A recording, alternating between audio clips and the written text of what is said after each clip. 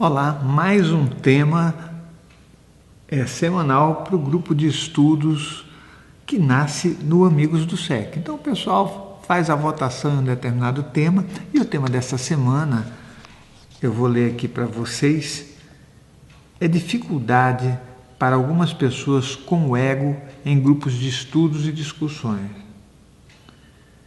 Aí o que é colocado é assim: qual seria o trato mais ideal para um bom andamento de um grupo? Sei que somos humanos com diversos pontos de vista diferentes e que devemos estar cientes que podemos nos equivocar e termos dificuldades nas aceitações. Falo isso porque estava sempre pesquisando e estudando bastante e tendo algumas experiências, e depois de começar a participar de alguns grupos de estudo e terminar me envolvendo em algumas discussões e situações, sinto um recesso projetivo. Está certíssimo isso que você colocou aqui. Deixa eu explicar. Primeiro,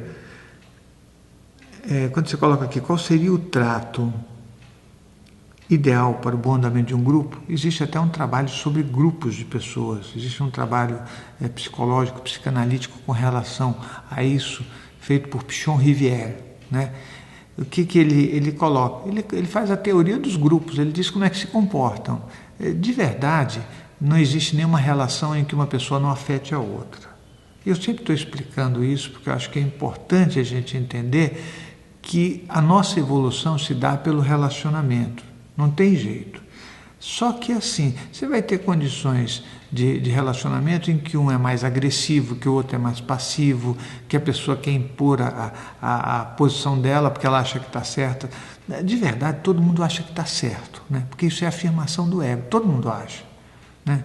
Então, eu penso que a discussão não é para resolver quem está certo, mas descobrir o caminho, o melhor caminho, resolver as questões que a gente coloca na mesa, isso é importantíssimo. Né?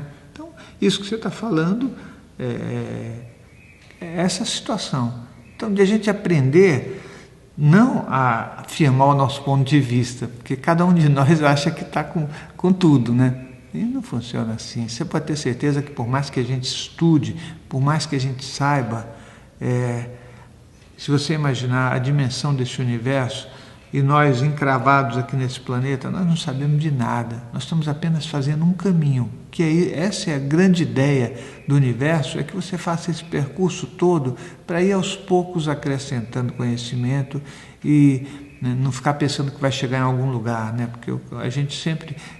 Aqui na Terra nós criamos, né, o céu, né, o inferno, então sempre tem um lugar para você chegar. Não existe um lugar para chegar, existe só um caminho que a gente tem que fazer. Eu penso que nós temos que entender isso. As diferenças entre as pessoas, elas vão acontecer e veja, não dá para você consertar as pessoas. Cada uma delas tem a sua opinião e cada uma delas acha que a sua opinião é a certa, né? E cada uma delas quer firmar essa opinião no grupo para, no final das contas, receber aplausos. Não é uma boa ideia, pode ter certeza. Né? Então, vamos pensar sobre isso. Entendeu? Se o outro tiver uma opinião, está ótimo. É a opinião dele. Né? Aí, qual é a sua? Então, você vai falar a sua. Ninguém tem que vencer. Né? Isso é uma questão.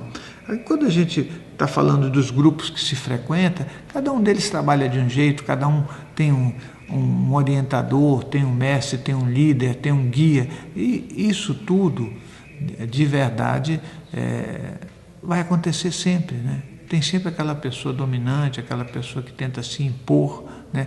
E que no final das contas leva a turma para um lado, né? Então, é assim que está funcionando esse mundo.